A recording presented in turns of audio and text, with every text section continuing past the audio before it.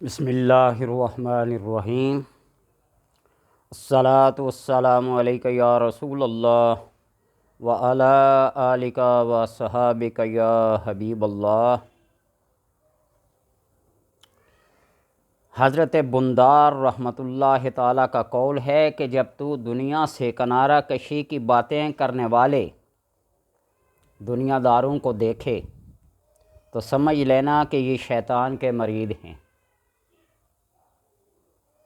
بات کو دوبارہ سمجھیں کہ دنیا سے کنارہ کشی کی باتیں کرنے والے دنیا داروں کو دیکھے تو سمجھ لینا کہ یہ شیطان کے مرید ہیں۔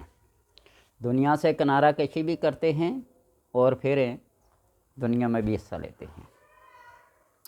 ذکر فرمایا جو دنیا کی طرف متوجہ ہوا اس کے شعلے طمع کے، حرص کے، لالچ کے اسے راکھ کر دیتے ہیں، اور جو آخرت کی طرف متوجہ ہوا اس کے شعلوں نے اسے کندن کا ایک ٹکڑا بنا یا سونے کا ایک ٹکڑا بنا دیا، اور جس نے رب تعالیٰ کی طرف رجوع کیا اس کی وحدت کی آگ نے اسے بے مثال ہیرا بنا دیا۔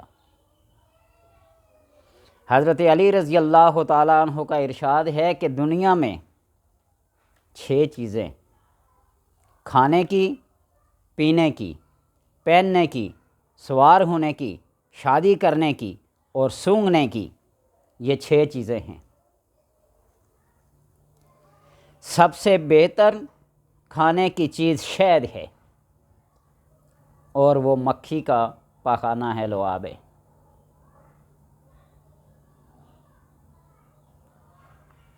یخرج من بطونہا۔ پینے کی سب سے عمدہ چیز پانی ہے اور اس میں سب اچھے برے شریک ہیں۔ پہننے کی سب سے عمدہ چیز ریشم ہے اور وہ کیڑے کا بنا ہوا ہے۔ ریشم کا کیڑا ہوتا ہے نا، اسے بنا ہوتا ہے، وہ عمدہ چیز ریشم ہے لیکن وہ کیڑے کا بنا ہوا ہے۔ سب سے بہترین سواری گھوڑے کی ہے اور اسی پر انسان کو قتل کر دیا جاتا ہے۔ شادی کے لیے عورت عمدہ چیز ہے مگر یہ محل مباشرت کے سوا کچھ نہیں۔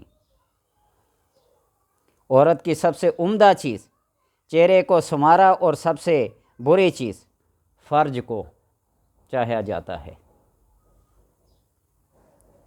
اور سونگھنے والی چیزوں میں سب سے عمدہ مشک ہے، کستوری، اور یہ خون ہوتا ہے۔ بس سمجھ لو کہ دنیا کیا چیز ہے۔ یہ ہے دنیا کی حقیقت۔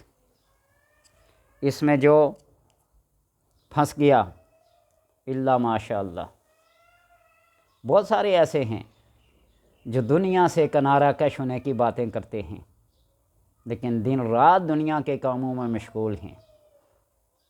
لوگوں کو تو کہتے ہیں دنیا ایسی ہے لیکن خود اس کے لیے محنت کرتے ہیں۔ تو اس لیے لما تقولون ما لا تفعلون، وہ چیزیں کیوں کہتے ہو جو تم خود کرتے نہیں ہو۔ اس لیے اگر دنیا میں کب جانا ہے تو پھر کیا کرو؟